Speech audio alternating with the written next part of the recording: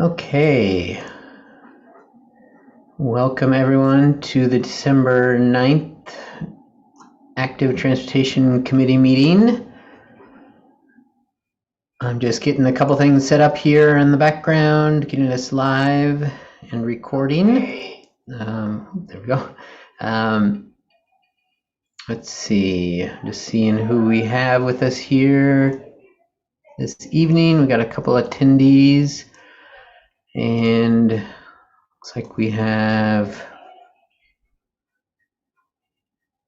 about 10 of our ATC members with us. Great. Okay, I'm gonna kick us off. Actually, let me get this up first.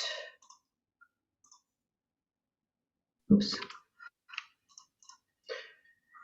All right, just want to share the meeting agenda first, and we're gonna get some basic logistics out of the way. I'm gonna read some opening comments, and then we'll take some public comments. So let me start off with our introductory remarks first off. So good evening, my name is Shane Rhodes, and I'm the City of Eugene staff representative for this meeting. I'm the Transportation Options Manager, and before the chairs convene the meeting, I have a few reminders and introductory words. Actually, let me just pull this agenda off so we can see each other here during this time. So the purpose of the Active Transportation Committee is to advise the City of Eugene staff and community organizations and partners on the implementation of Eugene's pedestrian and bicycle strategic plan, to represent community and constituent interests in transportation planning decisions, and to provide feedback to staff on projects relating to walking and bicycling. Eugene City staff will consider recommendations from the ATC along with input from other members of the public during decision-making processes. Please keep in mind that this meeting is being both recorded and live streamed to YouTube, meaning that it can be viewed on the City of Eugene Transportation Planning YouTube channel, both right now and in the future. The live transcription feature for closed captioning will be enabled, and all verbal and written commentary will be held in the public record. Today's meeting will begin with a 15-minute public comment period. The public comment period is an opportunity for individuals to speak to the Active Transportation Committee on transportation-related issues. Each person will have 3 minutes to speak. To indicate you would like to speak, please use the raised hand feature within Zoom now. The chairs will call on you when it is your turn, and staff will unmute your microphone at that time. When it's your time to speak, please give your name, city of residence, and for Eugene residents, your ward or neighborhood. At any time during the meeting, you're welcome to ask questions using the Q&A function or use the chat feature for discussion with other attendees and committee members. Comments will be monitored and recorded. Anyone making inappropriate comments will be restricted from the live portion of the meeting, and questions will be answered at the chair's discretion. As a reminder, civil speech supports everyone in feeling comfortable sharing their perspectives and opinions. So let's give one another the respect of courteous and civil speech tonight. And with that, I'll hand it over to the chairs to convene the meeting. Wonderful. Thank you so much, Shane, and great to see you all here this evening on Zoom. It looks like we have one hand up in the attendees, so if we could have Willow begin, that would be fabulous.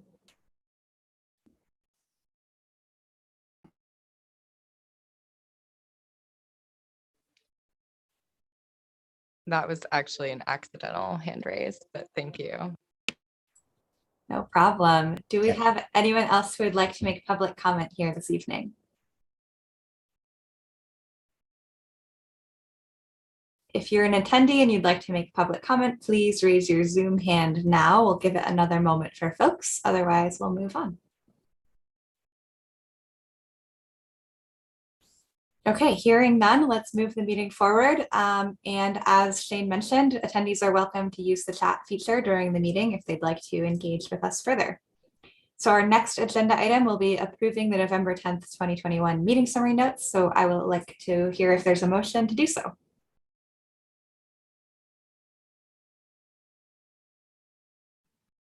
So move. Wonderful, thank you, Sue. Is there a second?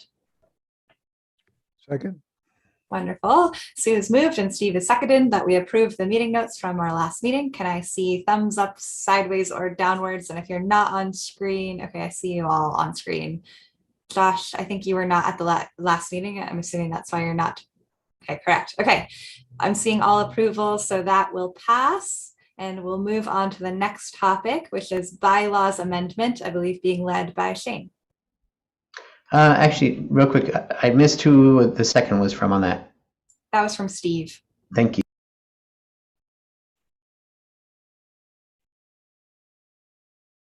And back to you, Shane, whenever you're ready for the bylaws amendment topic. Great. I'm curious if everyone had a chance to look over what Karen had sent, and I'll preface this. I'm not sure how many people saw my email from earlier today, but Karen was supposed to facilitate the meeting this evening, but she's not able to and will be out for a little while, and so we're going to be scrambling a little bit, and I'm definitely going to be behind a little bit this evening. So appreciate your patience as we work to play a little catch up. But I'm curious, were folks able to, I believe she sent out a draft of the bylaws, is that correct? Yeah. And so in that, I'll bring mine up here real quick. And I'll just do a quick screen share of what I have, and I don't know if yours had comments in it or not, but you'll see the comments. Okay, good. So you'll see those comments in here as well. Move you over a little bit there. Let's see. And do you have the bylaws on your screen now? Yes, great. Looks good. Thank you. Okay. Yeah, so we'll just start at the top here. And one of the key pieces that we were looking to change is just the general definitions around active transportation and wanting to add micromobility into this definition. With e-scooters coming, we've done some city code changes that include micromobility in it, and it seems like an appropriate time to look at changing that in the bylaws as well. And so this is the piece here about micromobility. And referring to small, lightweight, and either human or electric powered vehicles, examples including bikes, e-bikes, scooters, e-scooters, skateboards, e-skateboards. These can be privately owned or part of a shared use system, such as bike share or scooter share. And let's see, and then the major other pieces were changing references from walking and biking to active transportation, pedestrian bicycle to active transportation throughout, and then a few other minor changes, including elderly to seniors, and again, active transportation change. And then we're changing a date in there in section 4B about just a date change related to the staff liaison position and terms. So I think this one, I can't remember what the change was for. I believe the change is so that folks have to let the staff liaison know sooner in advance if they're going to be leaving or continuing on after their term. Right, that was it. Thank you. Yeah, so from December 1st to October 15th to give us staff a little time for our recruitment process. A change in a pronoun from his, her to just their. And I think that was it. As far as sort of the operations will still stay the same, just some wording changes. So comments on those?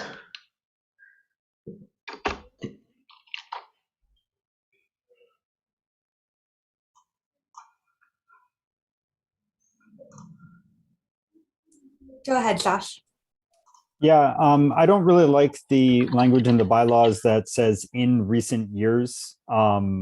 This document's arguably supposed to be timeless, and so I don't think that really applies. And then in terms of the term micromobility, that's actually defined in city code. And I'm gonna go ahead and paste a link to where I found it under the definition section. And so I think whatever we put in here should just either reference the definition in city code or be exactly the same, not differ. That's great. And can you highlight where it says in recent years? Oh, in this new paragraph. Yeah. Yeah, I agree. I think I had some comments about that.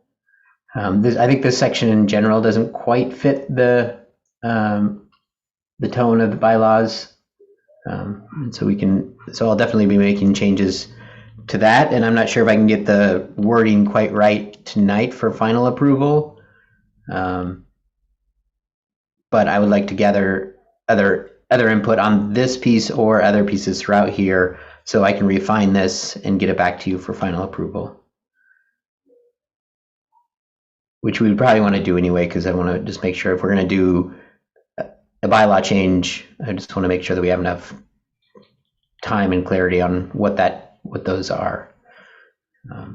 Any other pieces that sort of stand out or that you have questions about throughout here?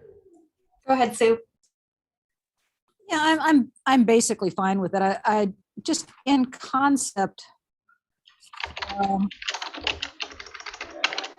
guess I still favor walking and bicycling over electric scooters. And I guess my only concern is if, say, electric scooters come on and we have major problems with them the way they have in some big cities, I don't really want to get us sucked into the whole, spending lots and lots of our time legislating whether electric scooters, where they can be, how they have to be patrolled, all that sort of stuff. So I guess I'm a little concerned about our getting sucked into the micromobility thing with some of the electric options. But I mean, I recognize they're coming, they're better than cars. So, maybe just ignore it. I just have some concerns about it. I hear that. Concerns are good. And it's good. Josh, is your hand still up from before or is this new? No, I agree with Sue. As someone with active transportation in my title at work, it's sometimes a little bit weird to be supporting some modes that don't feel particularly active. But I think one of the challenging things in particular at work is it can sometimes be very difficult to tell the difference. An e-skateboard, for instance, can be used just like a regular skateboard. And sometimes the only difference you can tell is a whirring noise it makes. And so in terms of policies and other advocacy for these forms, I feel like we kind of have to adopt them, whether we love them or not. And that's my perspective on it. Alan? It was a few years ago that we changed the name of this committee from the Bicycle and Pedestrian Advisory Committee to the Active Transportation Committee. And I stood aside in that decision. And the reason I did that was because bicycling and walking isn't always just transportation. It's also recreation and it's sometimes other things too. So I don't know that we necessarily want to revisit that, but I just want to throw that in when we're talking about micromobility, that some of those functions, for example, skateboarding, is often for pleasure, for other reasons. And so I think there's value in our city promoting those methods of mobility, even if they're not for transportation. So I don't know where to go with that. I just wanted to bring that up since some of you weren't on the committee when we made that decision. Great. Grace? Yeah, kind of on a similar point to Alan's, I think since the name is the Active Transportation Committee, it makes a lot of sense to me to include the active transportation language in the bylaws and have that be aligned. So I recognize that maybe that's a bigger conversation, but I think given where we are with the current name of the committee, it makes sense. But I agree that kind of the way that this paragraph has been inserted feels a little clunky and could maybe just be added to the list in the previous paragraph, as micromobility is one of those options.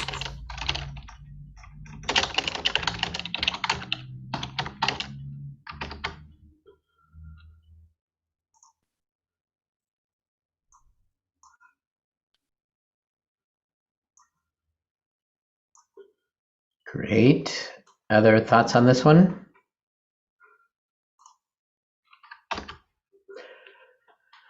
I guess I'll just say from staff perspective too, or maybe just from my perspective, you know, the active transportation piece, my title is Transportation Options Coordinator, and we considered changing that title to the active transportation manager instead of transportation options. But transportation options really fills more a broader spectrum, right? Like transportation options is also carpooling, and you know, it's sort of all the transportation options that are out there, which kind of captures this a little bit more. It's just a little bit more technical. It tends to be used in, you know, traffic demand management, and in sort of the bureaucratic world, transportation options is the catchphrase that is used, whereas active transportation is what is used often in the planning world. But they, in some ways, speak to different things. And I think that this is sort of that gray area of, you know, micromobility and transit, which we have looped into active transportation because it requires walking to get, you know, sort of that first and last bit of transportation. But I think that you all are, you know, honing in on that sort of gray area where those overlaps happen. I think for me, you know, our big push is to move away from single occupancy vehicles and having more cars on the road. And I think you as the active transportation committee are our best resource of, you know, community input and sort of dedicated individuals who are interested in these topics. And I think it's healthy for us to have that diverse experience. And so, you know, if we can have people who have experience with micromobility, that might be a piece that we have. You know, we want people who are, you know, differently abled and might have a disability and can give us a perspective of what it's like to, you know, have vision impairments, or, you know, in a wheelchair, or access issues, and what it's like. You know, this isn't the bike committee and it isn't the walking committee, but it is sort of all those other pieces that fall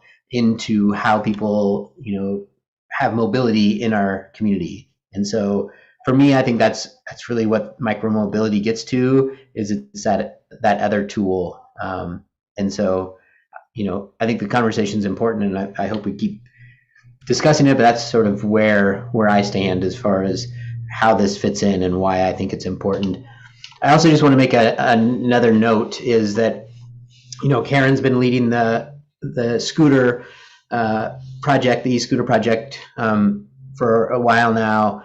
It was her thesis project and was sort of her pet project, and I'm gonna be taking more of a lead on that now, that she's gonna be out for a while. And you know, I've already started to become more involved as a supervisor for her in the last couple months. And I have to say, you know, many of you know that I am a major, you know, bicycle advocrat. I've been in the advocacy world for a long time, and now involved in the bureaucratic side. And e-scooters were definitely something for me that, you know, was very leery of, and still, you know, have a lot of questions around. But through the process of having our 4 vendors come this last time that were interested in potentially licensing one of them, we are considering 1 or 2. We're now leaning towards 1. I think that the scooter landscape has really changed, and we're going to see this evolution of transportation and micromobility and mobility, not only broadly, but in our community. And I'm more excited than I was 6 months ago about the potential of e-scooters and how they can help in sort of our movement away from, you know, an autocracy of an auto-dominated transportation system. I think that e-scooters are a tool that will help us in that. And I think that the way that we're looking at regulation and, you know, working to make transportation accessible, but also regulate the bad pieces of it, across the board, not just for scooters, but in other ways as well, is really going to change over this time. And so I just wanted to lay that out there as sort of the big picture piece too, of sort of my perspective and where we are going with e-scooters and the potentials and this year-long trial that we're hoping to get going in the spring.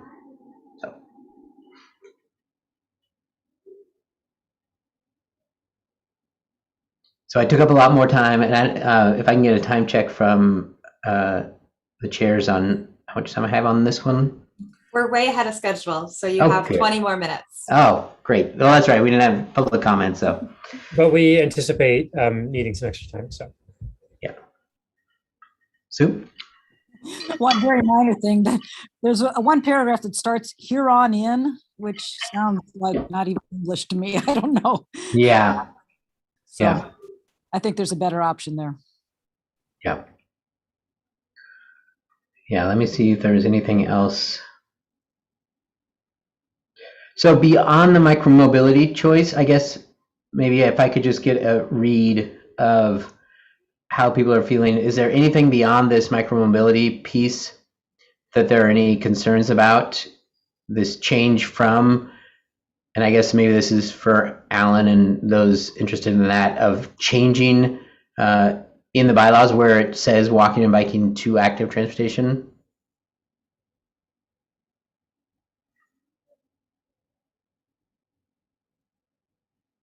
Okay.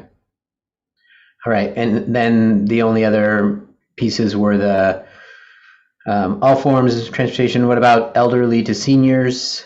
People generally seem okay with that. Are there concerns there? Okay. All right. I see Josh and Sue have hands. I'm not sure if that's a new hand or not. This is Sue. from before, but maybe Josh.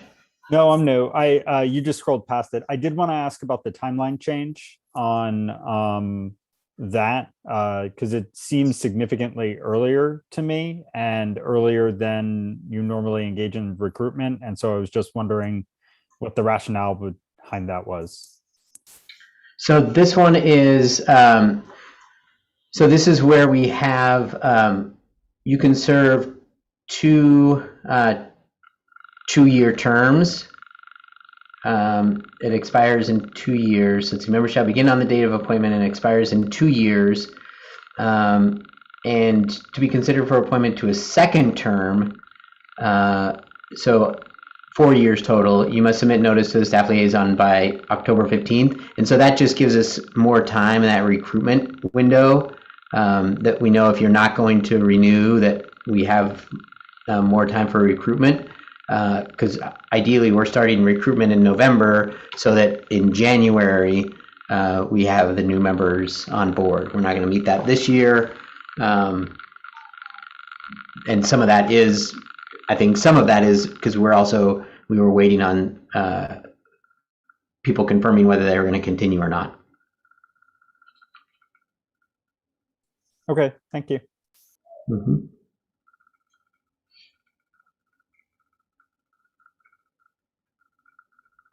Okay, I think that might be it on these bylaw pieces.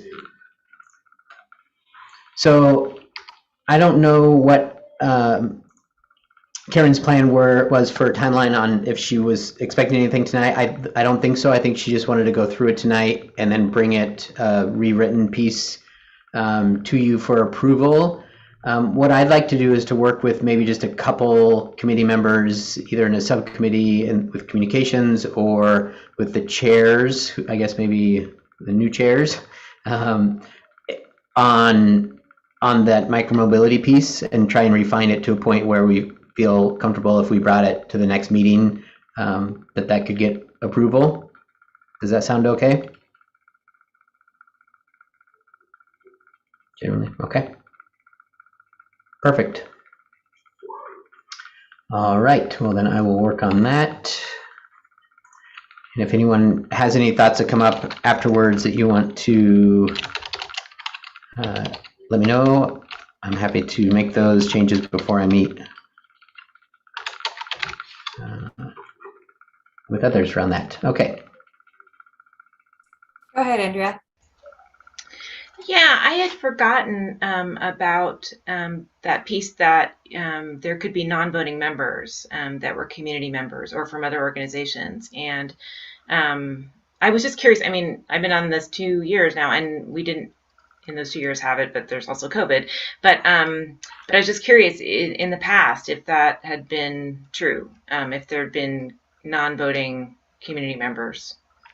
No, we have never, as far as I remember, we've never utilized that piece of the bylaws. We visited it before and said, hey, we don't use this. Do we want to keep it in there? And it was felt like, yeah, we want to have that option in there in case we do want to have some sort of liaison relationship with, having safe routes to school, have a representative that isn't necessarily a voting member, or, some representation that we might want to have that wouldn't be a voting member. I think it's felt like generally if we have someone here, we want them to be engaged and involved and be a voting member. And so I don't think we haven't utilized that piece of the bylaw, but having that flexibility was something that it was felt like we should keep it in there. We have Bryce here this evening. Right. That's true. I guess what I wanted to say was that I think Parking Day was something that I think made apparent to all of us how great it was to have cross-pollination with organizations, and it makes me think, yeah, it might be a really great thing to explore.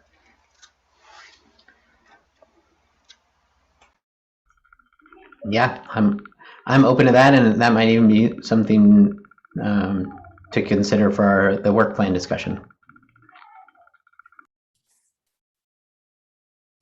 Go ahead, Sue. Well, it is an interesting question. I guess a non-voting member would be allowed to speak freely in the meeting, just like anybody else, and just wouldn't vote, as opposed to somebody who's just a member of the audience. Is that what the difference would be? Because if we have somebody who's coming regularly, yeah, you might as well have them be a non-voting member. Yeah, and I guess in this virtual sense, or in the around the conference table sense, they would actually be a panelist as opposed to an attendee.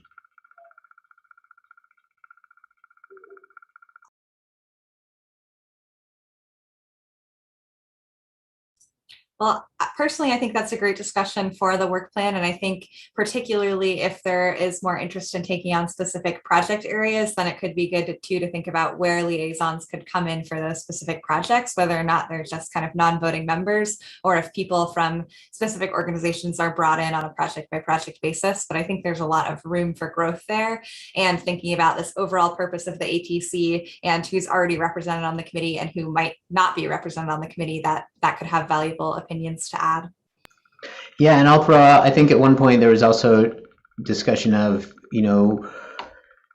other city staff that might not be transportation planning staff, but are advisory, whether that's parks or recreation or police, or, having some representation on here. I'm thinking also Cascadia Mobility, as a nonprofit, we might want to have them at the table for certain discussions, or part of some process that we have for 6 months where we want to bring them to the table as sort of ATC non-voting members or liaisons, or someone from BEST as just a potential, who or what that could look like, or Lila. Yeah. Go ahead, Mary. Yeah, I agree that collaboration provides a lot of rich opportunity and information and insight.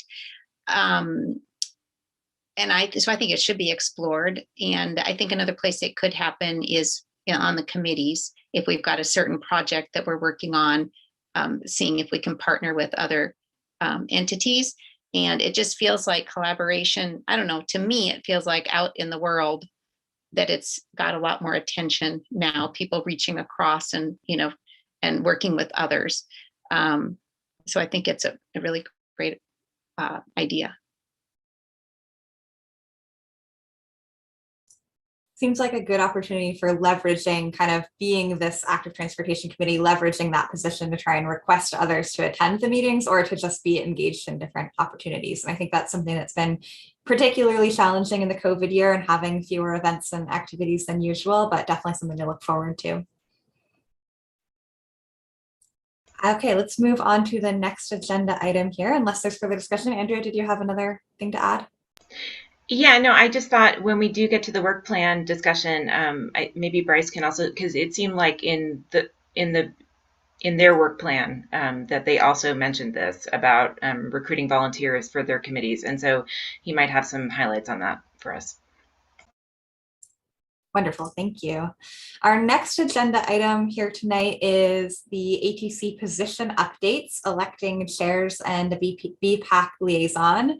So maybe I'll share this one with Daniel and Steve as well, who've been in those positions over this past year.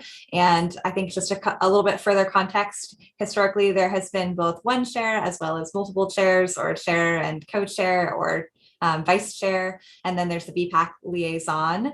And I think over COVID in particular, the role of chair has been a little bit ambiguous, or a little bit less maybe than it would have been in person, just because staff is giving a lot of support in facilitating the virtual parts of these meetings. But you all have seen what we do. It's mostly just this in the meeting. We also do help with kind of setting agendas a little bit in advance. And Karen started having monthly meetings with the co-chairs in advance of the meetings to help with some planning.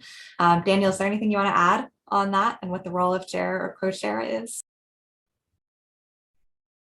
No, I think you covered it really well. Steve, would you mind sharing a little bit about your experience as BPAC liaison? Yeah, I think I mentioned in the last meeting, I highly recommend anybody who would like to volunteer for that, because it's a great experience. BPAC only meets every other month, so that I haven't had as much opportunity to interact. And of course, in the COVID year, it's tough. But I think Bryce could probably attest to the same thing I will, which is like being a chair, there's a lot of ambiguity involved in what the role really is and how you're supposed to attack it. I think there's a huge opportunity here for leveraging common interests and common work between ATC and BPAC that's sort of gone unmined and unexplored to a large extent. So I really just echo kind of what's been said already, that this is probably something that should really be, we should really work, the committee should look at ways to work together with BPAC as much as possible in the future. Go ahead, Bryce. Hey, y'all. I guess my thought on the whole liaison thing is it's kind of a position of like kind of observe and report. You know, I kind of take notes of what you all talk about. And I think Steve is right. The thing that kind of comes to mind too is for me is as far as an example is like the path etiquette, I guess, campaign, whatever, you know, discussion, because we've been talking about that, and not as much lately, but we have talked about it before, and you guys have talked about it. And so I think it does make sense where we have kind of overlapping interests on things like this. I mean, there are certainly a lot of things that are kind of more Eugene centric that you know, don't necessarily apply to us, especially just that scale of things on your end. But some things too, I think, Steve, you have a pretty good point that there could be some good liaison co-discussion about some things where we can kind of help. And I also do think that there is that's somewhat untapped as well. But in general, I do kind of think that the liaison is mostly there to just kind of see what's going on with, you know, the other side of the pond here, and see if there are opportunities to cooperate on certain things. Thank you very much. And thanks for taking the time to be here this past year, Bryce. It's been great having you. Shane, would you mind sharing a little bit from the staff perspective and having a little bit more history with ATC about the roles and how this process works for figuring out who will be the next ones? Yeah, and I know that there was some discussion that I think that you had with Karen just about, you know, the functionality of the chairs, and I think that it definitely is a little bit different in this virtual time. But I am also a firm believer in empowerment, and I think that there's more that we could certainly do as staff to empower the chairs to take on more responsibility without being too much of a burden, but allowing the chair and co-chair, or whatever structure is decided on, that, I think helping to set the agenda is a big piece of the role that chair and co-chairs have had in the past. And I think, having a monthly check-in before the meeting, so, a couple weeks after the last meeting, to get the agenda set for the next meeting is a good idea. I know that Lee mostly did that through emails, but I think he also had some conversations with the chairs. In this virtual time, it's pretty easy to hop on a quick 15-30 minute Zoom call and hash things out of what that agenda might look like. And I think from the staff perspective, it's also really helpful, I think, that if we're running the back end piece and we might be presenting and we might have a couple different staff presenting on different things. And so, we might have one core staff person here, but they can be focused on taking notes and running the Zoom piece, and having the chair and co-chair really manage all those other pieces of monitoring the chat and sort of watching the time and the agenda. I think it helps staff, and I think it helps the chairs to build that skill and that sort of empowerment to help set the agenda and run the meetings sort of from the big picture side. In the past we've generally had a chair and co-chair, and they have changed. I think one time I was on, we had a chair who was the chair for a year, and then the other person became the chair. And so there were two people, but they just changed who was a chair over a year period. But I think generally it's been a change every other meeting who's actually the sort of main facilitator during the meeting. So that could change. I don't think we've ever had only one chair. I think it's really beneficial to have a chair and a co-chair, or two co-chairs. So. Well, thank you for sharing that extra perspective. I would just add, it definitely takes the pressure down a notch if you have a co-chair, so you're not reliant to be there every single meeting. I know I've missed a couple meetings this year, so it's been great to have that shared responsibility. I would definitely agree that it's good practice if you're interested in leading public meetings and how to do that and the format and the voting and all those pieces. I do a lot of this kind of thing for work, but none of the rest of my meetings have that public meeting process. So it's been fun and interesting to get to practice that. And it's a very, friendly, low stakes group, relatively speaking, which I appreciate.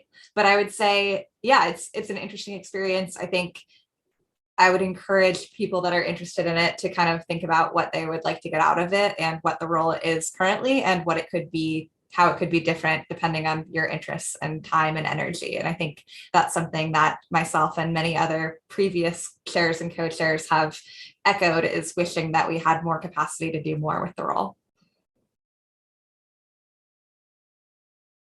I think moving forward, the process will be to see if folks are interested in the role of co-chair, chair, or BPAC liaison. And I don't know if this has ever been done on Zoom before, because I think when Daniel and I were elected, we were in person. So I don't really know how to do it. Yeah, I guess I'll just ask if there is anyone, and I don't know if Karen did any reaching out to folks beforehand or not to kind of get a feel, but we can just put this out there that if there is anyone interested in being a chair or co-chair, please step up. Or you can nominate someone else. There you go. Maybe it would be useful to get a sense of who is going to be continuing on next year. That's a really good idea. We should definitely do that first. I think it'll be simpler if we just have folks who are not going to be continuing on to self-indicate, because that will be the minority in the group. So if those of us who are not continuing on, please raise our hands. Okay, so Pete, Daniel, Steve, and Grace are not continuing on. So everyone else, you're up for. So Mary, go ahead. And I do see that Andrea said that she would be interested in BPAC liaison potentially. Mary? I'm just trying to think who's absent tonight. I don't. So think Papa, forward. so Papa is absent, and then I have to double check my list to see. Anne and Andy, or Andrew. Ann Brown. Andrew and, Martin. And Andrew Martin. Thank you. Are you trying to nominate them? Hillary, is Hillary still on the committee? Hillary is no longer on the committee.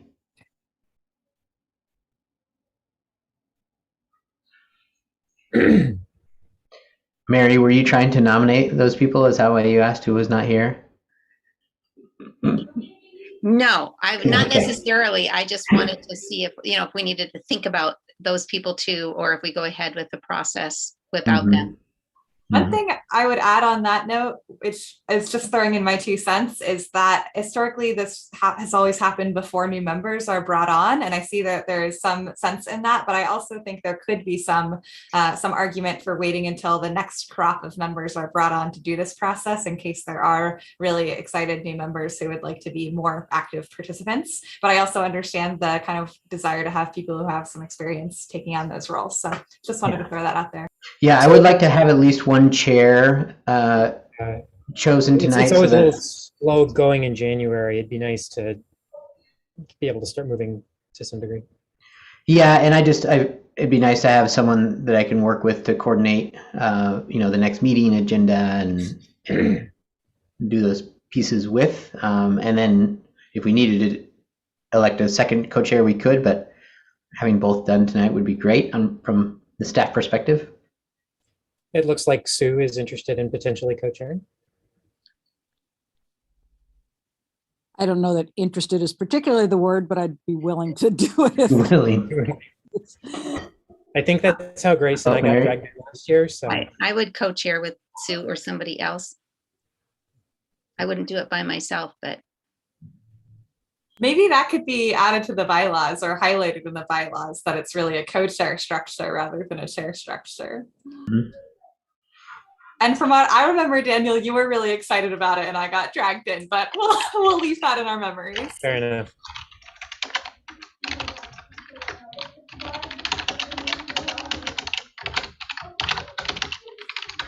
Okay, well, so far it sounds like we have Sue and Mary interested in co-chairing and Andrea interested in being the BPAC liaison. So we can go ahead and vote on that, or we can see if anyone else is interested. And Bryce, to answer your question, the exiting members are officially leaving this evening after this meeting. This will be our last meeting.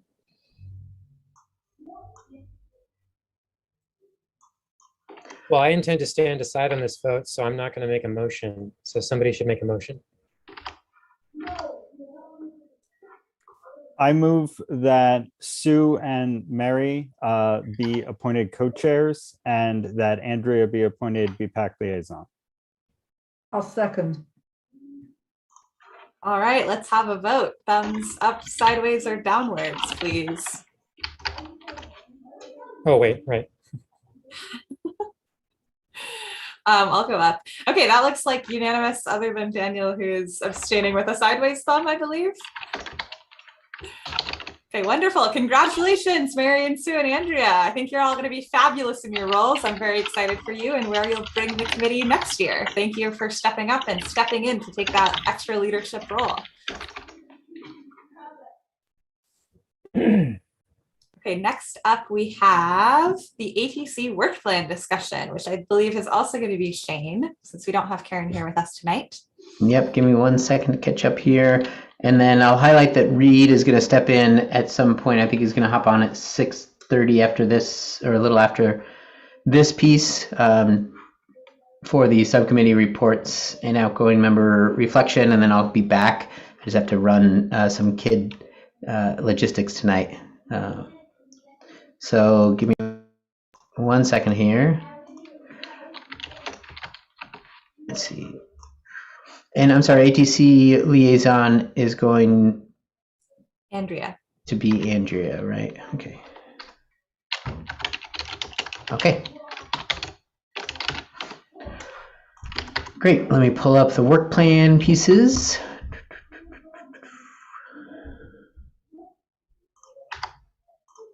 And again, this was something that was also sent out, and did folks have received that in the email as well?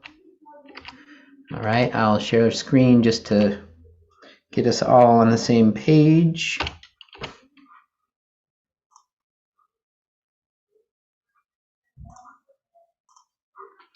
All right, and so what we have is heavily based currently on the City of Springfield, the BPAC work plan. So thanks, Bryce, and your team for that work. That work plan was included as well in the email to everyone. And what we've done is just drafted one based off of that. And we're just going to run down here, and you can make comments on that as we go. And if there's anything that you want to discuss, we can do that, and I'll take notes as we go along. So I'm just going to take notes and facilitate conversation around this. So let's just jump into this first piece, which is about subcommittees, and it jumps into the program subcommittee first. Any items of note on this one?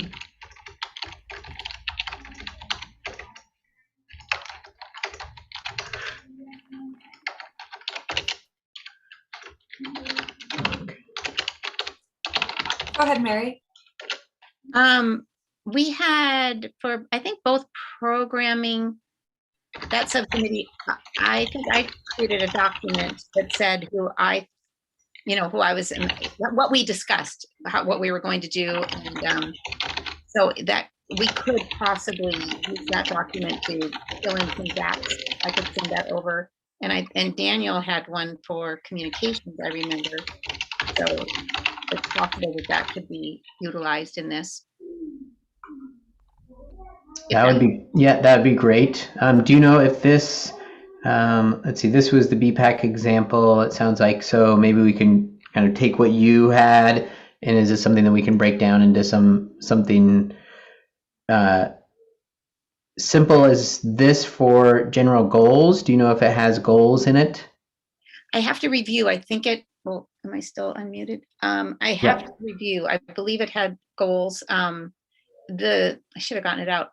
The thing I did with the one that I did was I tied what our work was to the document that says what the ATC is about, and it has certain things. And I said, oh, I pulled those out, and I said, these are the things that it seems like programs should be doing. And it looked to me at the time that there were other pieces that really fit with infrastructure and other pieces that really fit with communication.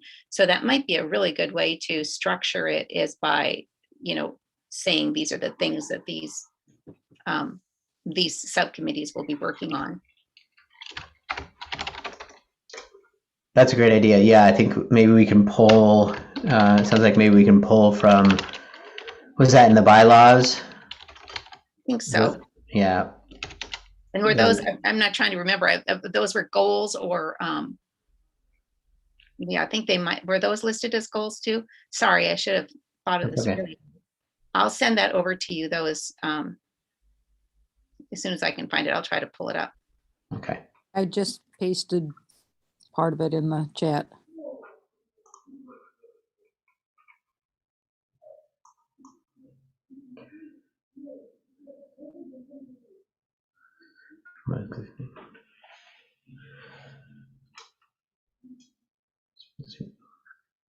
Yeah, great. Great, that can be a good general, like, overview.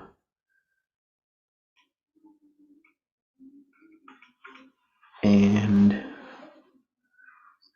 One thing maybe we could pause and talk about really briefly is kind of just the structure of this draft work plan and how folks feel about that, and just how kind of the content and what we want to include in it. I think historically, I believe how Springfield has used it, and Bryce, please jump in if you have anything to add, is kind of having a draft that staff helps to provide, and then having the subcommittees take that draft and help to fill it all out and assign point people for different projects, and then bring it all back together as a group. Yes, that's more or less it. We kind of work on the whole thing together, and then subcommittees come up with their own things, put that in. So yeah, the document as a whole is worked on by everybody, and then the subcommittee parts are worked on by the subcommittees and then brought in for everybody to look at.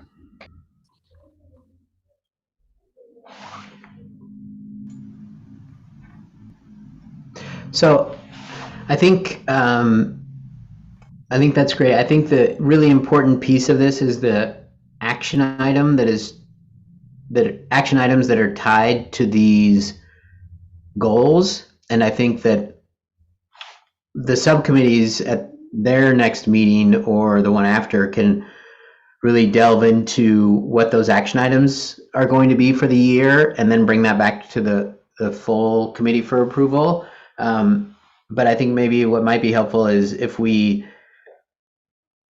and this might be something that in the first meeting they set what these goals are, but we can talk about it tonight, I think, a little bit, of if communications and or infrastructure can do what the programs committee did here, and sort of looking at the ATC bylaws, see if there are listed purposes that seem to fall under your purview, because these are pretty broad goals, and like assist in the development and implementation of walking and biking projects and programs contained in our TSP and our Ped Bike strategic plan. That's really big. Like, you know, you're not going to do all of, you know, there's a lot of of projects and programs within that, but that is, you know, a general sort of container, and the question is what fits in there, and that's more about those action items. And so if we can just sort of agree that these are the, you know, the general goals or sort of project focuses that you might have in your action plan or in your action items, then you can, in your meetings, really drill down into what those action items are. That makes sense? Yes, and I would take a moment to remind folks that we do have kind of a long laundry list of potential future topics that's on the end of every one of our agendas. So maybe looking to that for inspiration, as well as some of the previous projects we've talked about, and having a little bit of a timeline to go along with some of these goals and action items, I think could be super helpful. I know we talked at one of our previous meetings recently about the whole Eugene Oregon 2022 and how that could be a big factor in this upcoming year. So Shane, maybe if you want to talk a little bit about big ideas or goals from a staff perspective that could help inform this, that would be helpful. But I see Sue has a hand up. Maybe we could have her go first. Yeah, I was just going to say two things. I think several of us, and maybe it's just because we were on both the programs and the communication committee, but I think we've consistently kind of gotten mixed up what belongs to what committee. I think there's a lot of overlap and a lack of clarity between those two committees. You know, and it might just be because some of the same people are on them. So that's one point. The other thing is just that in each of these things, I think we really need to keep focused like a laser on. The whole point of this is to get more people walking and riding bikes and using micromobility. You know, so apart from these goals, it certainly seems like there should be an overriding. Well, the point of all this is, you know, like Mary has in this goal that's down under the whatever the other points are. But I think for each of the committees, that is the goal, and that should be kind of guiding what we choose for the things we focus on. I think it's helpful to keep that framing in mind. And also just to your point about the committees, I know historically there have gone through different iterations where there's been between maybe 2 and 3 committees. So it is another opportunity to reflect on that and whether or not the ATC would like to move forward with the 3 existing committees or reshape that in any way. Steve, I see your hand up. Yeah, I would just mention that my observation of BPAC is that they really successfully have been using this tool as a way of focusing on what are the projects, who's responsible, and what are the end dates. And if anybody who's ever been involved in project management, you'll know that's the critical thing. Whatever you measure gets done. What you don't measure and doesn't have an accountability or an end date doesn't get done. And I think we've suffered some from that in the last couple of years as a committee. That's been my observation. So I would say, if I was continuing on, I would say, don't get too caught up in the weeds of a lot of detail here, but really look at it as a tool at 30,000 feet to say, what are the goals? What are projects are we taking on that support those goals? Who's taking individual leadership accountability? And what are the tasks and when are they going to get done? It's an amazing enabling tool if you use it that way. Go ahead, Andrea. Yeah, I wanted to say, reading through it, I found it to be a really good template, and I was really impressed. I mean, with their focus and their ability to have some autonomy around these projects, and also the fact that there seemed to be some budget assigned to it because the project was focused. And I think that, in order to get stuff done, it takes more than just like good intentions and, and some, like volunteer effort. I mean, I think it really requires sometimes, that focus, and also knowing that there's resources that are at our disposal to get that done. So anyway, I thought it was a really good template. I was really impressed with what you guys are doing. So, and actually, I would be interested in hearing Bryce talk about what timeline they set up for things, how they were dealing with timelines, because this document doesn't really highlight any of that. It just talks about, the generic structure of the project.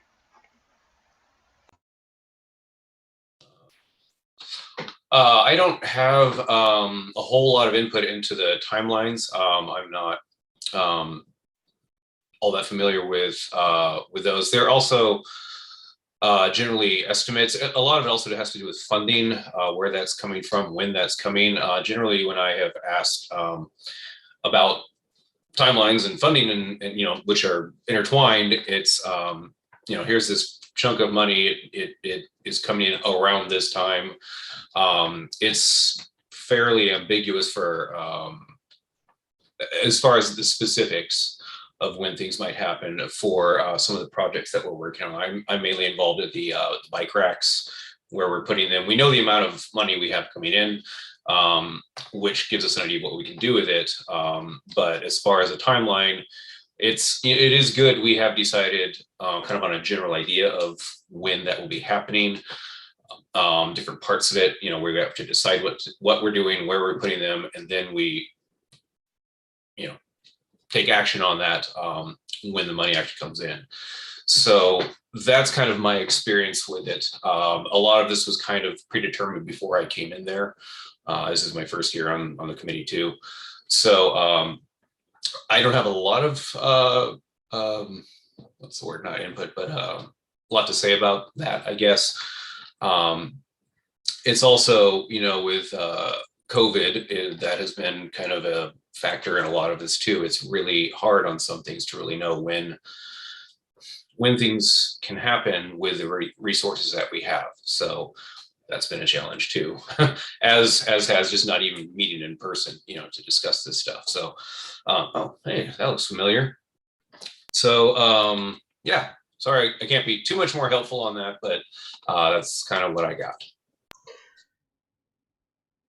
Yeah, and I realized that, what I had up before was our, rough draft, but I think it is helpful to look at the specifics of what the Springfield plan is. And I think that having this structure of lead, supporting members, partners, resources, timeline, budget, as well as the sort of related pieces in here for that action item is really helpful. I think that there are some really specific pieces that they're working on, and they might be things that staff is leading, but that there's a lead from the BPAC that's involved in that. And I think that structure could work really well for us as well, so that if there's someone who has interest in a certain piece or project, that we can work with them and the supporting members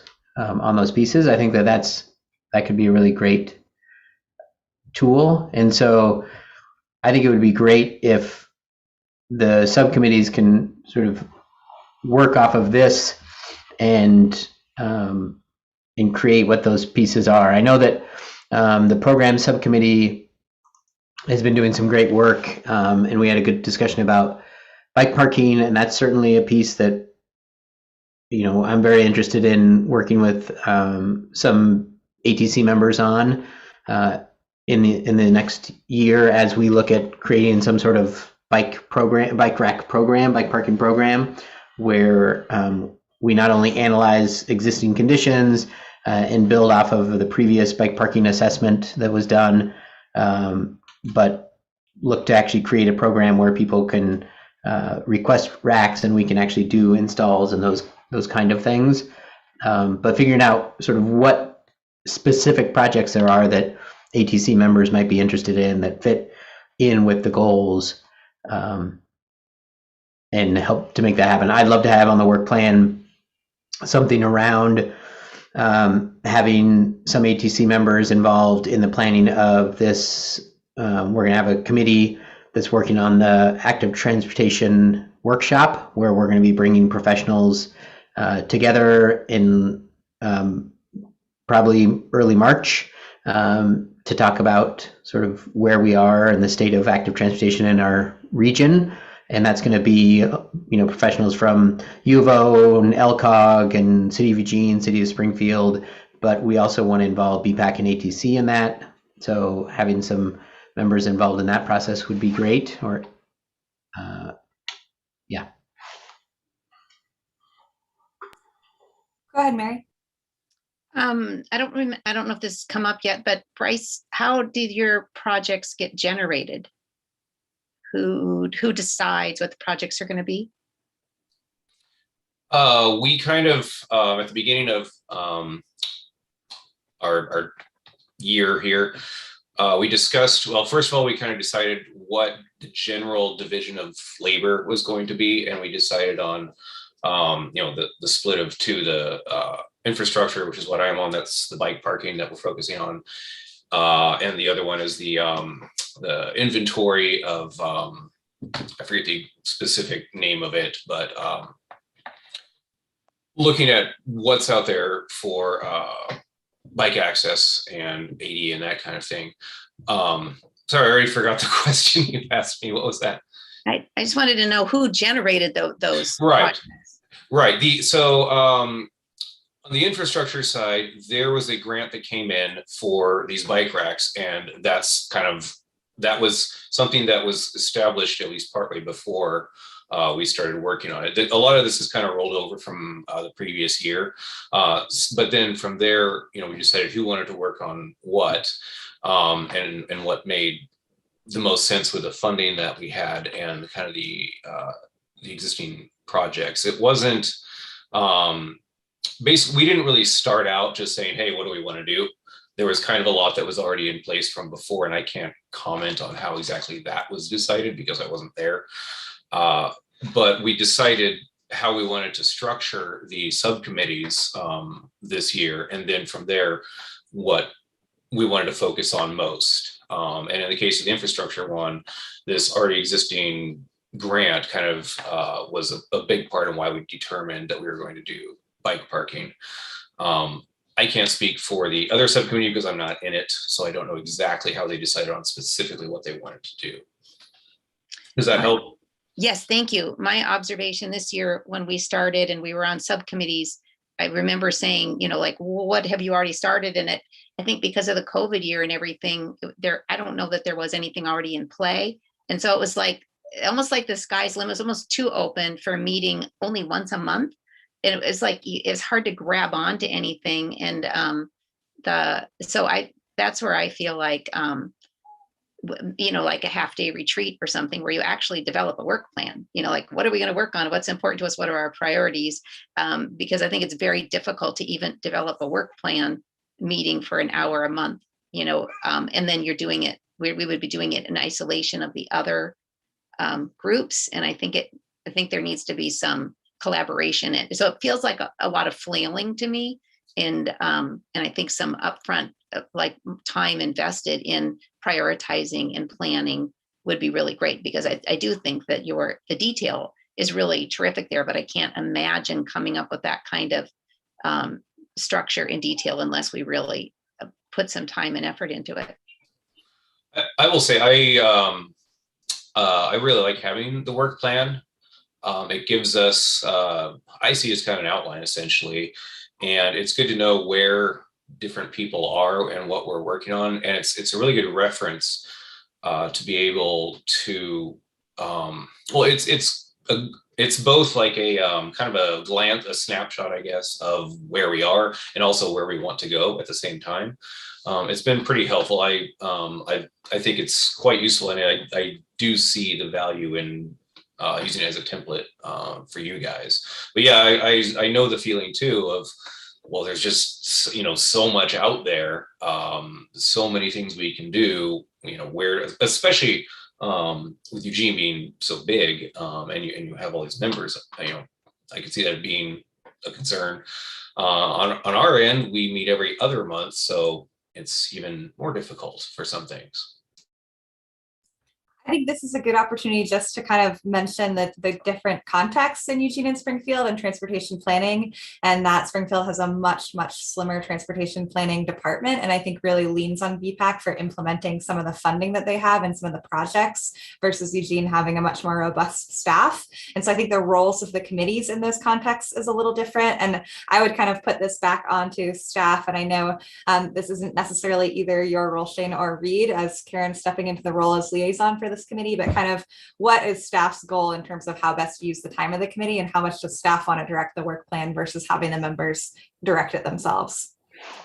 Yeah, I mean, I think we would love for ATC members to, somewhat direct what they are interested in. I think that that's always been a part of, like, we want the ATC members to be engaged with projects that they're interested in.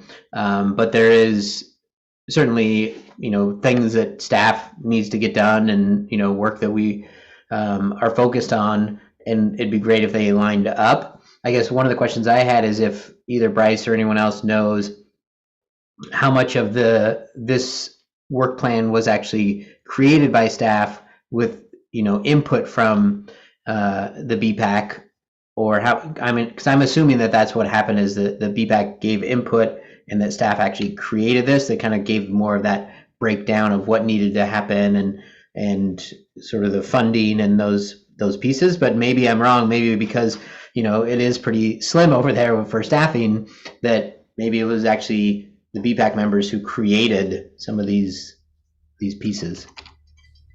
So the way it works,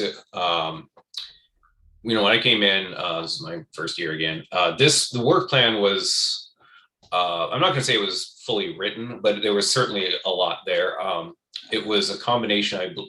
I'm not clear exactly on how much, staff time versus BPAC member time went into it, because that, again, came before I was there. But I know that staff certainly has had input on it, especially as far as kind of the details of funding and some of the timelines. When we kind of established our work plan earlier in the year, there was a fair amount to go off of already in there. And then we, BPAC members kind of decided what direction we wanted it to go in from there. But there was a fair amount that had already been done. I can't say for sure whether it was BPAC people before or staff before, but there was significant work that had been done. And then we kind of added, to it, the specifics of what we were going to be working on in this particular cohort of members in this year. Gotcha, thanks.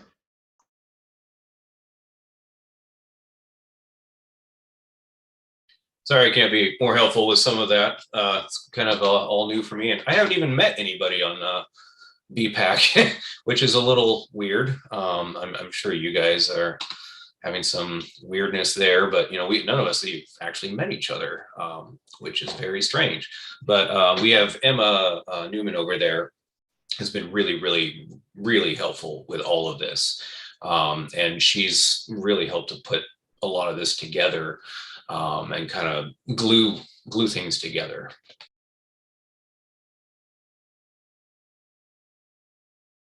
Well, we just have a couple more minutes on this topic here tonight. So I'm not sure if the committee wants to have any official action on this. It sounds like there's some desire to have more space and time to really think through the process and the details and what's going to go into it. It seems like from my perspective, there's a lot of potential projects and a lot of ways this could go. And so I would maybe recommend that the existing committee members in their subcommittee meetings try and spend some time thinking through it a little bit and then refresh the topic in the new year with the new members. And hopefully eventually that could happen in person, but until then, just spend some more focused time, maybe even outside of a meeting, to go through and see what everybody's priorities are. That's my suggestion, but opening the floor for others.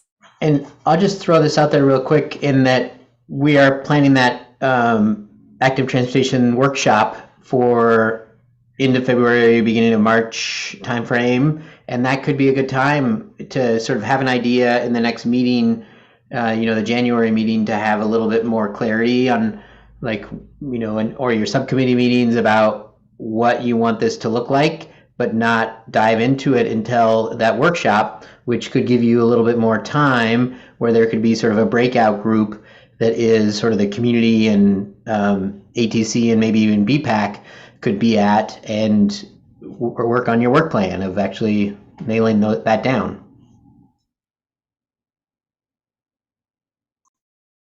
Okay, we have Sue and then Alan. Yeah, I think what both of you said makes sense. I would also ask the staff if you have any things particularly you'd love to see a given committee work on, provide that to us before our next committee meeting so we can kind of hash that over and see if that's something that we want to take on. And I'll just add that I think the idea of having a longer subcommittee meeting, it has to be a whole retreat, but just like a couple hours, or it's a longer period of time where we can refer to the strategic plan so that each committee can really develop that list would be helpful. Great, thank you. And then if you could clarify the name of the active transportation workshop that was mentioned, Shane, that would be great. It's just that, active transportation workshop.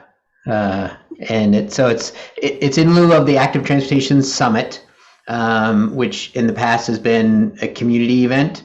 And the idea is that the Active Transportation Workshop is a time for those working in the profession, both as volunteers working and paid staff, to get together and talk about where we are in our sort of transportation options world.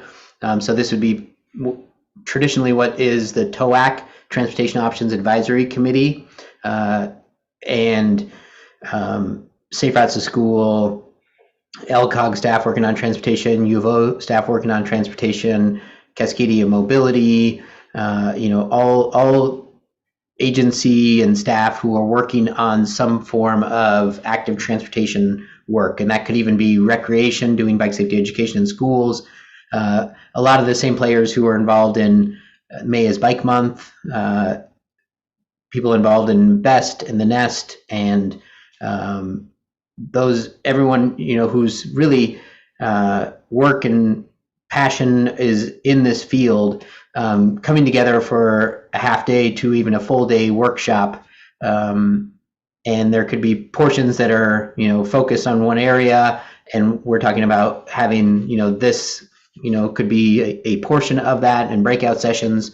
And so we have a small organizing committee that's looking at dates and places. It is going to be an in-person time. And so just thinking about a place that would fit a good amount of people, but allow some ventilation and allow for, the right environment for us to actually get together in person to do this and talk about where we are as a community. Because as we know, things have really shifted over the last couple of years, and not just because of COVID, but just in general, the changes that are happening in the transportation world now, and with the federal funding that's coming down and projects that we put in Eugene and staffing changes and a lot of different things, that it's going to be a good time for us to get together. And so that could be a good time for some of these discussions.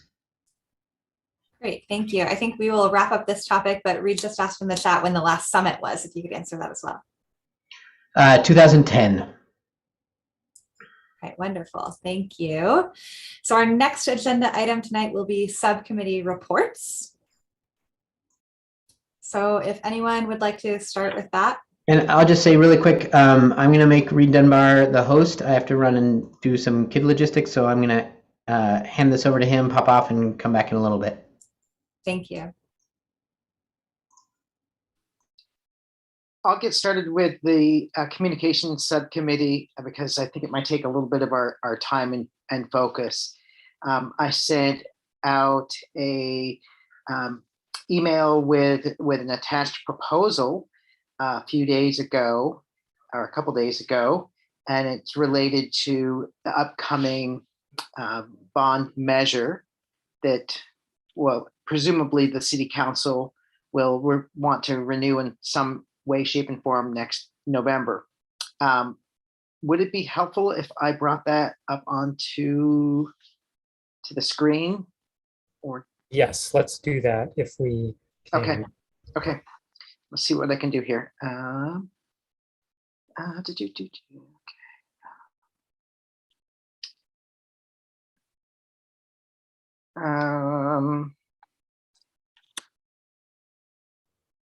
sorry.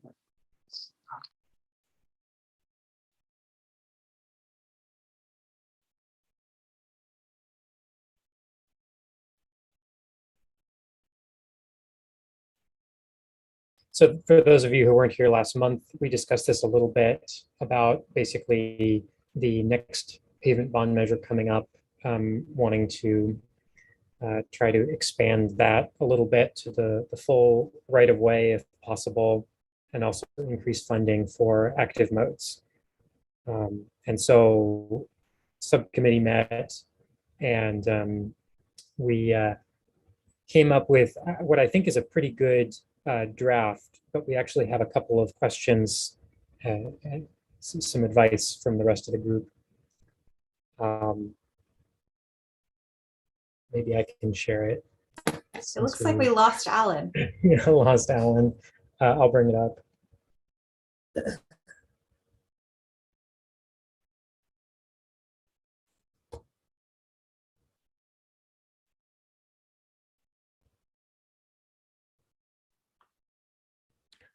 You have to get rid of that eject button that's right next to the share screen button. Alan's back. Sorry about that. Okay, I think I'm sharing it now. Okay, thank you. I accidentally pressed the leave button. Actually, I think what I want to do is share the document. Okay.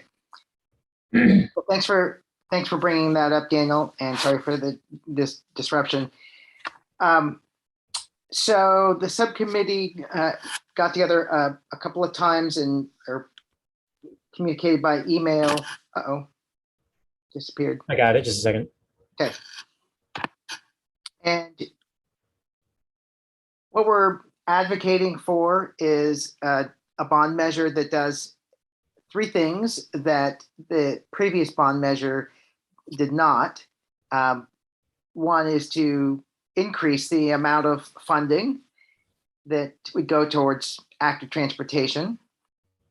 The second would be that it enables the flexibility so that it be anywhere within the roadway, wouldn't have to be just curb to curb.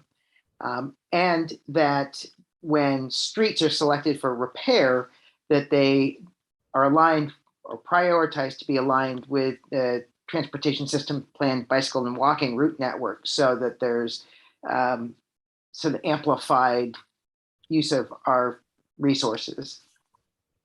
So I guess where I'd like to maybe start with the discussion is if there's any questions about the measure, and then we can talk about the specific question that I posed that we sort of wrestled with, which was how much, if any, we ought to be recommending that the bond measure be increased to, whether it be a figure or a percentage.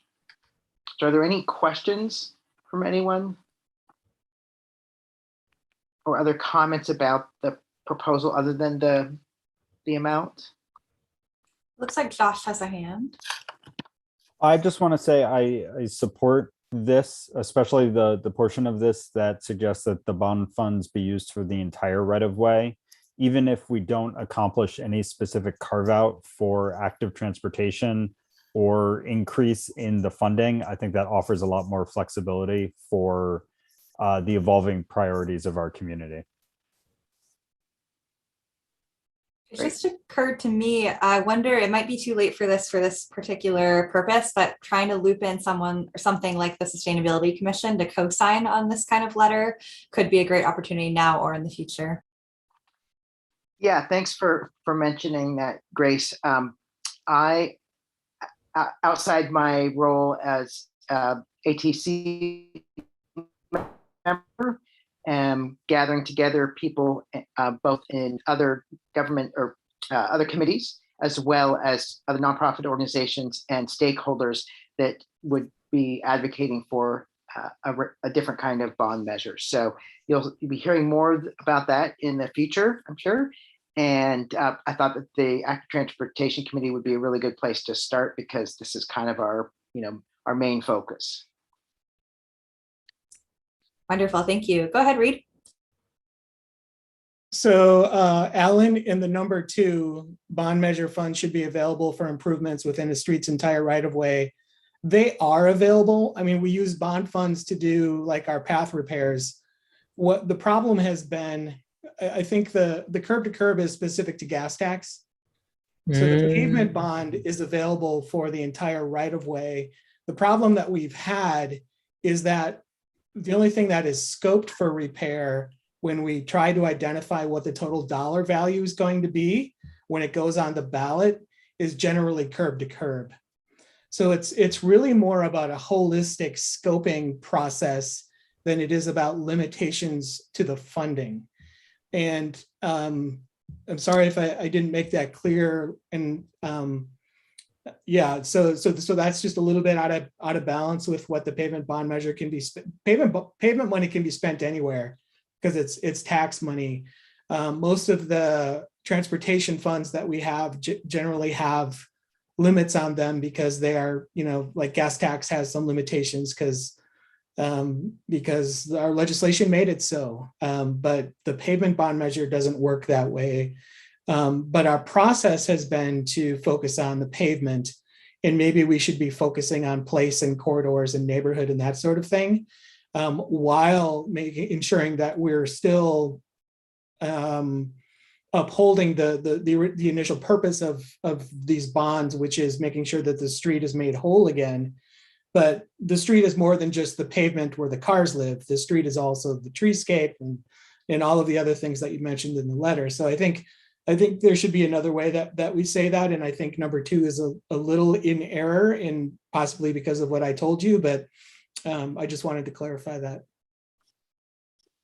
I appreciate that, Reed. Thank you for the clarification. I think at one point we toyed with using the words complete street, and I think that might satisfy that concern that the bond fund should complete streets. But do you think that would get at it? I think the word scoping too, so we should scope a complete street when we have a pavement project. Okay. I think is the language that would be more clear. Thank you both. It looks like next we have Sue and then Josh. Well, that kind of was what I was wondering, if Reed had any wording to suggest that would be more appropriate or accurate. So it's not bond measure funds, bond measure projects, I guess, should or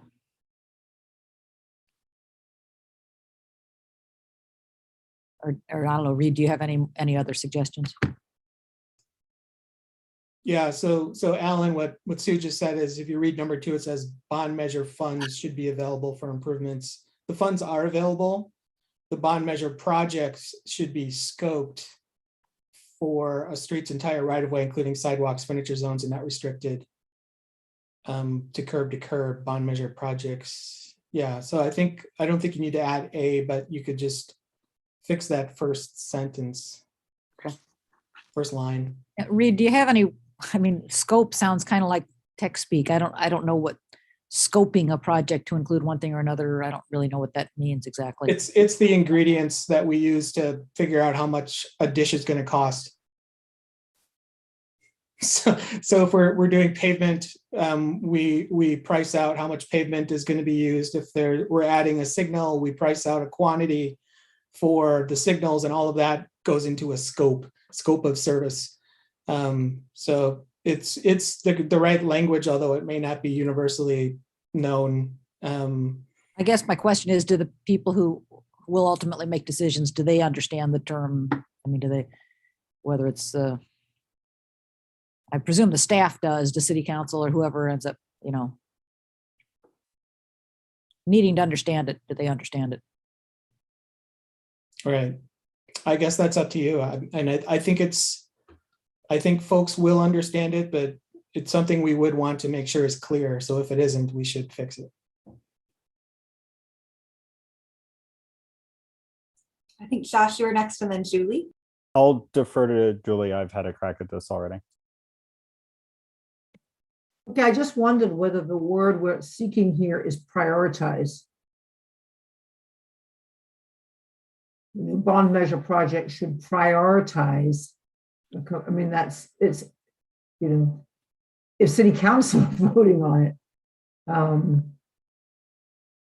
they're probably going to understand prioritize better than, bond measure project should prioritize complete streets, to include the entire right of way, sidewalks, furniture zones. That's interesting. What's a furniture zone? It's where you put your furniture when you want someone to take it for free. Yeah, that's what I was thinking. That was we used to do that at Brigg. Put it out on the curb. It'll disappear. It's also called a planting strip, or it's basically that area where street trees live. The hell strip, right? Okay. I just wonder whether the word was prioritized. I'm just trying to make it simpler, because the idea, what we're seeking here is that, or what I understood we were seeking was that as projects are selected to be done with bond money, that we prioritize projects that are complete streets or could be a complete street. Is that what we're after? So we have 10 more minutes for all three subcommittee check-ins. And we have another question for the full committee, in addition to the discussion we're having right now. So bearing that in mind, this is a very important thing, because this is very timely. One of the only sources of funding our committee has input on, and that the city has a lot of flexibility on. So it does feel like we should get this right if we can, but I'll lower my hand. Okay, I'll move us forward to the question that our subcommittee is going to grapple with, which has to do with number one. And I summarized three different perspectives. And I don't think anyone felt really too strongly about any one of them. Well, maybe. No, I did. Did you? Okay. I think this would be the time for us to figure that out. So anyone who has an opinion, let's hear it. Yeah, so basically there are kind of three ways that we can phrase this first one, right? We basically want to say we should be spending more money on active modes. The question is, what is the most appropriate or strategic way to say that? One way we can say that is we want to spend money such that we triple mode share. based on the currently understood level of pedestrian and bikes and where we want to get according to the strategic plan.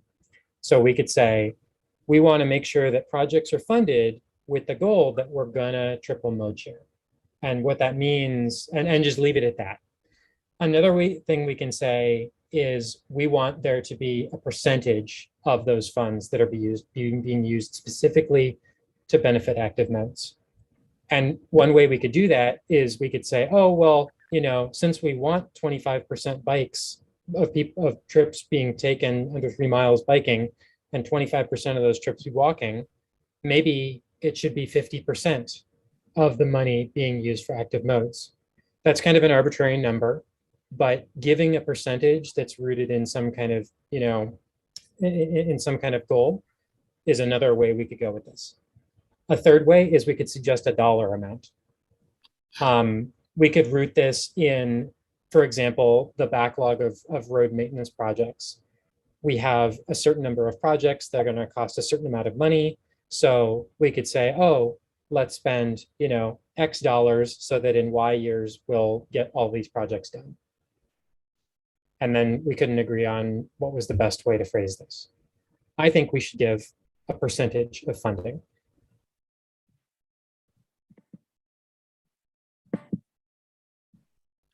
Go ahead, Steve. Yeah, maybe a percentage makes sense. To be devil's advocate on the first point, it says a bond measure should fund at a level that will ensure that we meet the tripling the mode share. What level is that? If I'm a council person, I'd like to know how much money are we talking about? And probably nobody here can say with any level of assurance. It'd be a much stronger argument if there are some positive metrics to attach to this letter that say, when we did X, we got Y result. But, so I think percentage is a smarter approach. So Alan, do you remember, has the same percentage been carried forward for every bond measure? I sort of feel like it has. And because the total value of the bond has increased, so has the amount dedicated for bicycle and pedestrian funding. So that's the way that I think it currently works, is there's a certain percentage of the bond that is specifically earmarked for walking and bicycling projects. And because our valuation continues to grow when we do the bond value itself grows. And so we get more money every 5-year bond project for walking and biking simply because of that valuation. I just have to say, I'm not sure that's true, Reed. I think that in the work of the last ATC and the percentage for bike and ped, I believe, increased. Yeah, as I recall, the original one was like 5%. That was just to gain the votes of the enormous, bike ped lobby out there. And then for the last bond measure, they said, oh, we should do more. Let's double it. So we in just $1 That sounds right, because the first one was like 333 and then it was 516. And so those numbers came because we were using a percentage, and then that $1 million, which is the current bond, was effectively a doubling. So that makes sense. Yeah.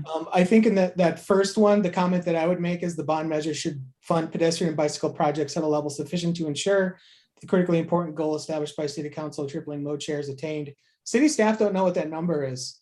So you could add to that sentence, and if they don't know what that is, they should project what that total is within the TSP. We have a 20-year time frame to build out the walking and bicycling network. It seems like we could apply some math to figure out how much should be spent each year to accomplish that. Go ahead, Sue. Yeah, I was going to say that might actually be another angle to take, is how many years left until the TSP is supposed to be finished, and how many projects do we have to go? And so we should fund it at a level to get there by the end of the TSP. And I don't have that number. I guess we'd have to ask staff to try to generate that number. That's what I'm saying. That could be part of this letter, is if you don't know, staff, what that is, you should figure it out. And I can tell you we don't know what that is. Because that would be your job, right?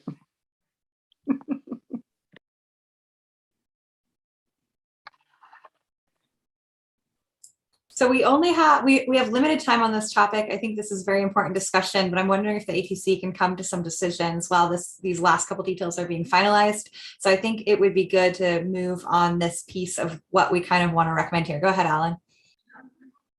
Well, I'm not totally certain that we need to make a decision on this tonight.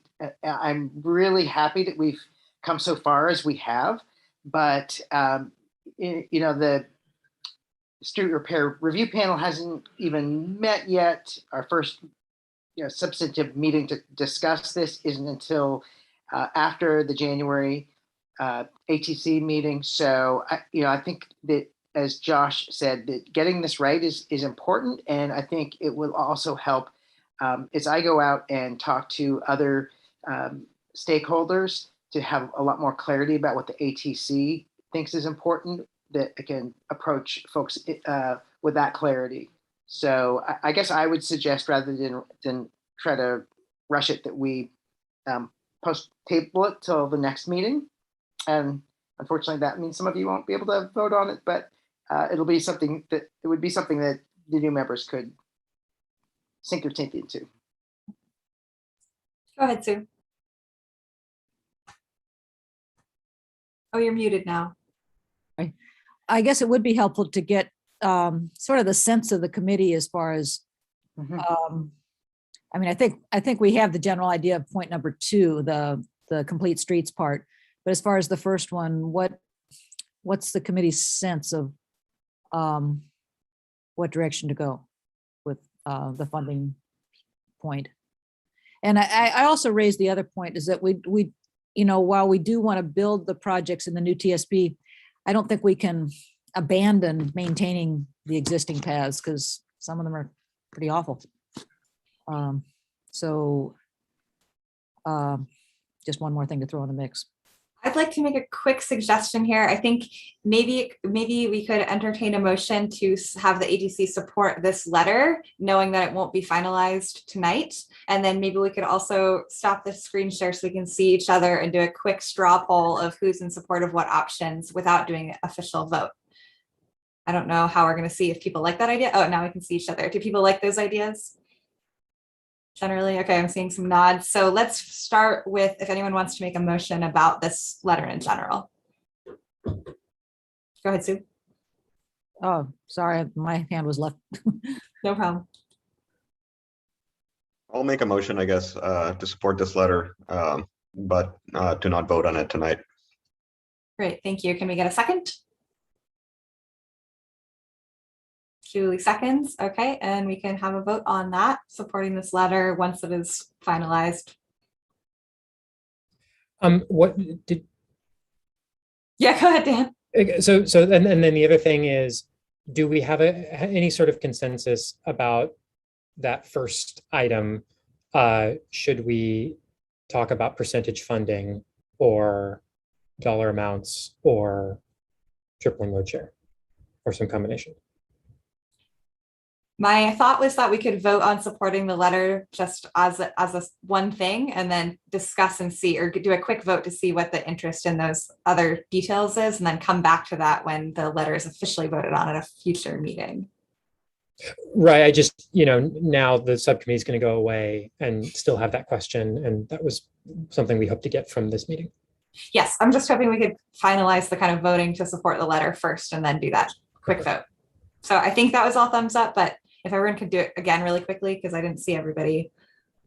Okay, sideways from Josh, otherwise ups. Does that mean we move forward or do we work with Josh until it's up? Josh, do you want to speak to your sideways? I don't understand what a vote to support that doesn't actually accomplish anything does. But so that being said, we can move on because we're limited. It seems to me that it's supporting the direction that the subcommittee is going with this, and that they'll bring it back for final approval.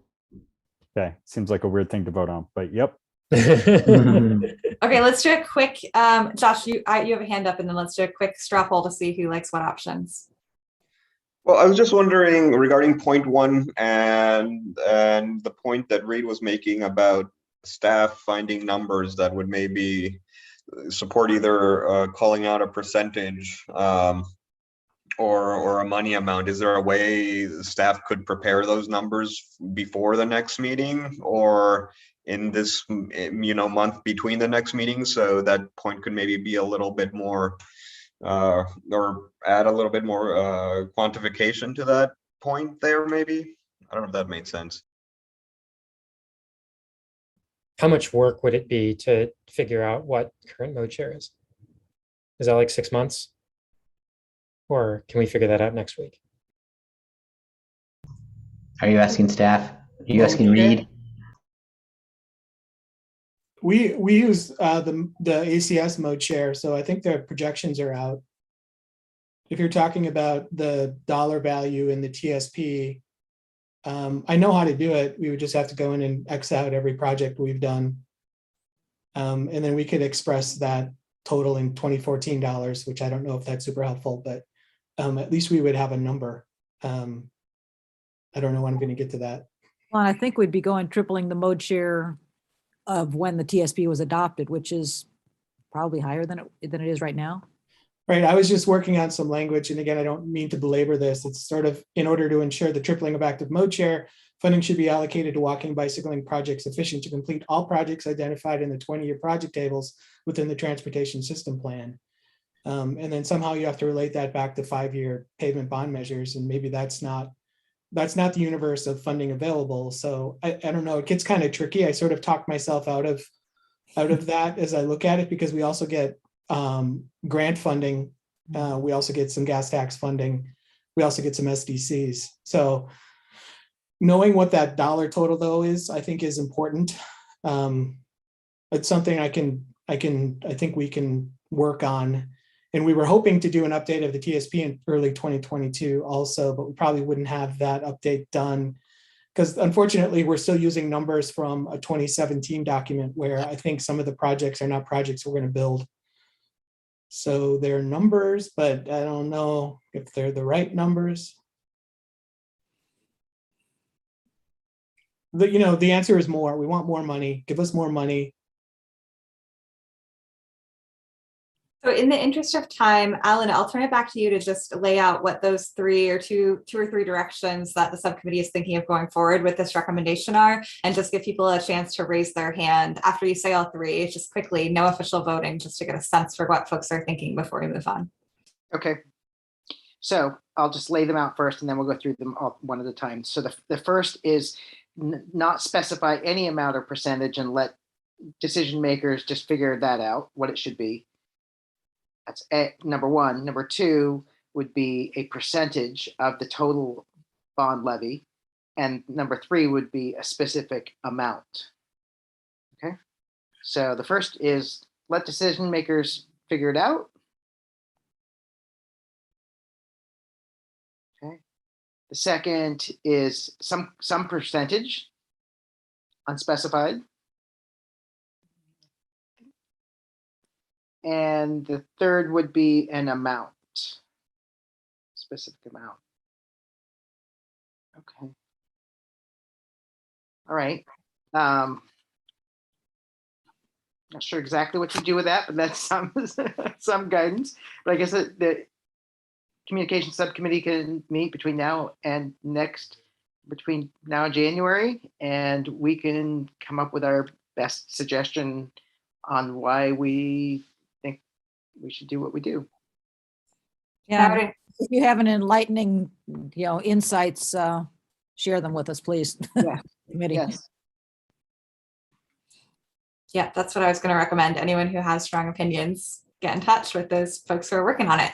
Well, thank you all for that great discussion. I'm sorry we didn't have more time for it, but let us move on to the next items, which are the rest of the subcommittee reports.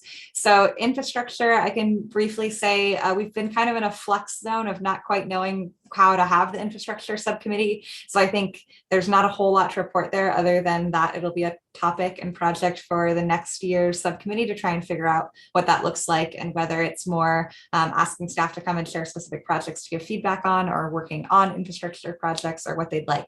Anyone else from that committee want to add anything to that? Just me really quick. One of the things we have been discussing is the 13th Avenue Bikeway. Anne Brown had a class that did some work on that, gathering observations, and she'd like to present that to the committee in February. So I'm just putting that out there as a thing. She asked me to say that because she's not here. Thank you, Josh. Go ahead, Sue. Yeah, I'm not on this committee, but I had a conversation with a former, I think it was at the time BPAC member, and he was very interested in the proposal they had before to discuss dangerous intersections of existing bikeways. And he said, I've noticed that's kind of dropped off of the future topics list. And he really kind of thinks it's something that maybe the infrastructure committee should look at, because, you know, there are many of these things that wouldn't necessarily need a big engineering fix, but just like some green paint would be helpful, or some pretty minor fixes to I think the previous committee identified specific intersections that they were concerned about. And so anyway, he was hoping that that idea wouldn't just go away, that because those intersections are still dangerous. Great, thank you. Yeah, I think looking at the kind of angle for infrastructure for the next round of subcommittees will be really interesting, whether it's more focused on projects the committee can do or more focused on reviewing kind of planning projects. Do we have any updates from the programs committee? Yes, go ahead, Mary. We do. We are exploring a possibility of working on a project around bike parking, something that Andrea brought up, because as those of us who bike around can really see that some places have no place to park and other places are really exemplary. And so we are exploring maybe taking on, seeing if we can support, promote, educate, inform, so that we can grow the bike parking. Shane told us that Anne Brown and Mark Schlossberg are also working on some bike parking aspects. So we're looking at, they're specific to a region. And so we're just looking at, okay, this is what they're doing, and is there something else we can do? So we're really just exploring that topic. And so to that end, Steve has developed a document that we can start recording examples of places that do not have bike parking, or it's really not so great, and places that are really exemplary, so that we can acknowledge the really good ones and, you know, maybe do something to promote the ones that need work. So we are going to continue that discussion in January. And then Andrea and I met with Sarah Mazie from Safe Routes to School about walking school bus program, something that some of us are interested in. And we are going forward with that. Sarah has figured out which 2 schools perhaps she wants to work with to develop a walking school bus.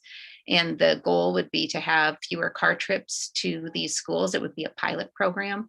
And it's going to start in the spring, after spring break. So probably just like 2.5 months or something. It's still deciding the details, like how often and exactly which school. She's looking for funding to pay somebody that's already on staff there who could be the person in charge of the walking school bus. But if they can't get that funding, she's looking at sources. Andrea and I have volunteered to step in as volunteer coordinators at one of the schools, so that enables her to go forward and talk with principals and say, yes, there will be a walking school bus, and hopefully they'll get the funding. And if not, we'll support that. And we'll also be hoping other people might be able to support that as well on this committee. We talked about the Olympic trials and if there's something we could be looking at there in terms of programming, and it's a pretty big event.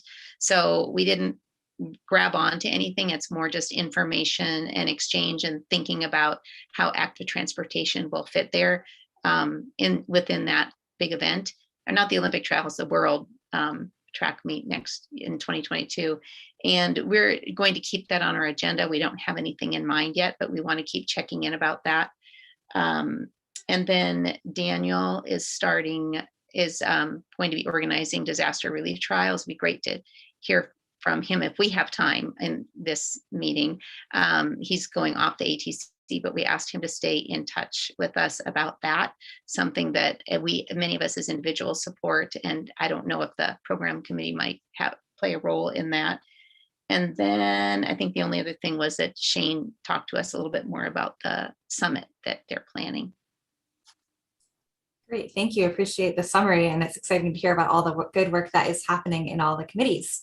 So we just have 11 minutes left on the clock with 2 more agenda items: outgoing members' reflections from and gratitude for, and information share / project updates. So if anyone has kind of a sense of how we want to allocate the rest of our 11 minutes, I don't need to make that decision alone.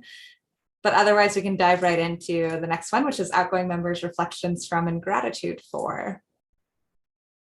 It looks like Bryce has a hand there. Quick thing on you mentioned, Mary mentioned the bike parking. I don't know if you probably already know about this, but there's an app, I believe it's just called Bike Parking, written by a guy named Nathaniel. You might want to look at that. It has, it's a map of the area, and it shows all these bike racks of different types all over the place. There's also, I contacted him a while back, and he may be able to provide data on places that people want to have bike racks now. It looks like he's added that functionality for people to say, hey, I would like to have a bike rack here, and it shows up on the map. So if that's useful for you, I can give you his contact information. You might want to check out the app. It's pretty useful, but that might be a resource to pursue for that kind of thing. Yeah, thanks a lot. That's great.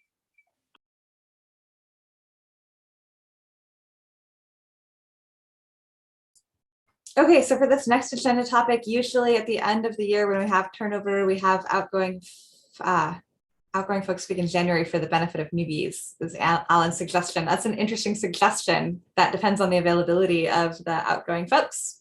So I know there's 3 others of you. What do you all think about that? I'd be willing to do that. We won't make you come for the whole meeting. Pete, are you available to come back in January? I will have to look at my calendar.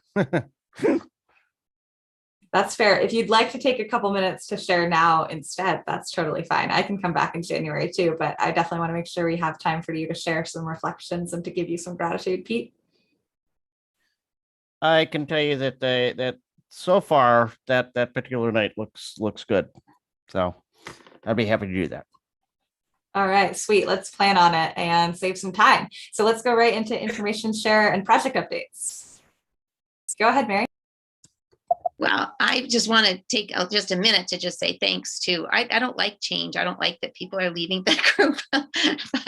And so I just want to say thank you very much to the people who are here who are leaving the group. And we're going to miss you actually. So make sure you come back and, stir things up a little bit. Well, thank you for that. And go ahead, Josh.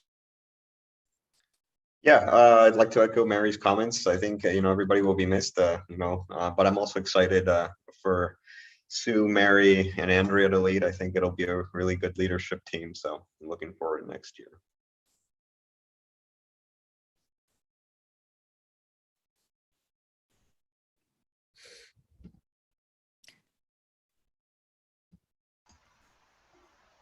Lots of hands. Okay, Andrea and Mary, I think, are next. Yeah, I totally agree. Grace and Daniel, you've just done an exemplary job of running our meetings and keeping things on time and keeping topics going. Really fantastic. So, and we'll really miss Steve and Pete quite a bit. So anyway, come back.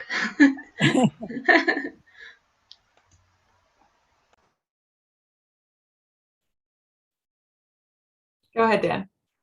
I can talk about this more in January, but yeah, the only reason I'm living is because I feel like I have so much important transportation work to do. So you'll still be seeing me. Good.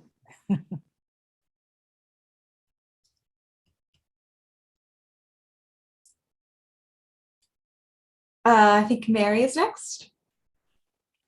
I don't know if we're ready for the information share part. I don't want to jump ahead. Okay, so I just wanted to remind people that Climate Revolutions by Bike is having a bike ride on Sunday that's actually quite exciting. We're going to be celebrating the complete street of Willamette Street being completed all the way down to 29th. So we're going to do a ride that starts at 2 o'clock. I sent information about this, but I'll just do a quick plug. 2 o'clock at Monroe Park, we're going to ride to the train station. And Reed has agreed to come and speak about some of the infrastructure and the goodies on that street. And then we're going to have a toast to say, yay, that the community came together and got this done, and the city staff worked on this, and just really honoring the people who did it and celebrating this achievement in our community. So even if it rains, we're going to be out there. So I hope some of you can come, because I think it's going to be a really great opportunity to hear more about it, what went into it, celebrate the fact that we have it. And we're going to ride down the Willamette Streets 29th, and then we're going to stop, and Reed's going to do some other commentary along the way. Then we're going to stop at Arriving by Bike, where there's going to be some refreshments and cover a canopy and maybe a little bit of music. So it'll be a little bit of a celebration. So come on out if you can. Wonderful. Thank you. Josh, do you still have a hand up? No, sorry, it just stayed up. No worries. Alan, you're next. Yeah, in coordination with Ann Brown, I presented in front of the Live Move students this year, and they have selected a project for their design, which will happen in the winter and spring terms. And they've chosen the Grant Street Greenway as a project that they want to focus on. So you'll hear more about that in the months ahead, I'm sure.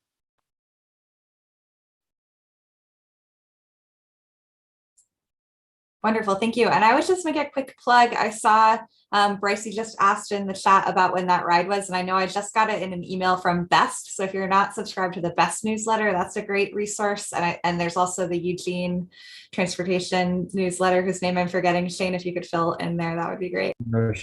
In motion. Those are great resources to stay on top of ideas. I think Pete has a hand up. I just thought I might plug in that the city and LTD are going to be making some decisions on what's called moving ahead. And if you can't remember what that is, we've had the last 5-6 years we've doing planning projects with regards to about 5 major corridors in Eugene, and the decision is between either not building, doing an enhanced corridor, which would have a huge amount of impact in active transportation, by the way, and then putting in a full MX line. If the latter two options are taken, there's going to be a huge amount of improvements and work around the biking and walking, and so that in integrating that into those corridors, which are Highway 99, River Road, Coburg Road, Martin Luther King, which only has does not have an MX option, and 30th Avenue, which includes from downtown through Amazon Parkway out to 30th. So it looks like February, March, where they're going to have a joint meeting between the LTD board and the city council, and some probable decision is going to be, or moving forward with moving ahead, if you will, is going to be made. And we've already had some movement at LTD. Tomorrow, I'll be participating in the oversight committee, which some of you in staff are very much aware of, I'm sure. And so keep an eye out on it, because it'll be really important to you guys how that unfolds. Wonderful, thank you. With 2 minutes remaining, do we have any other critical updates or information from the committee or staff?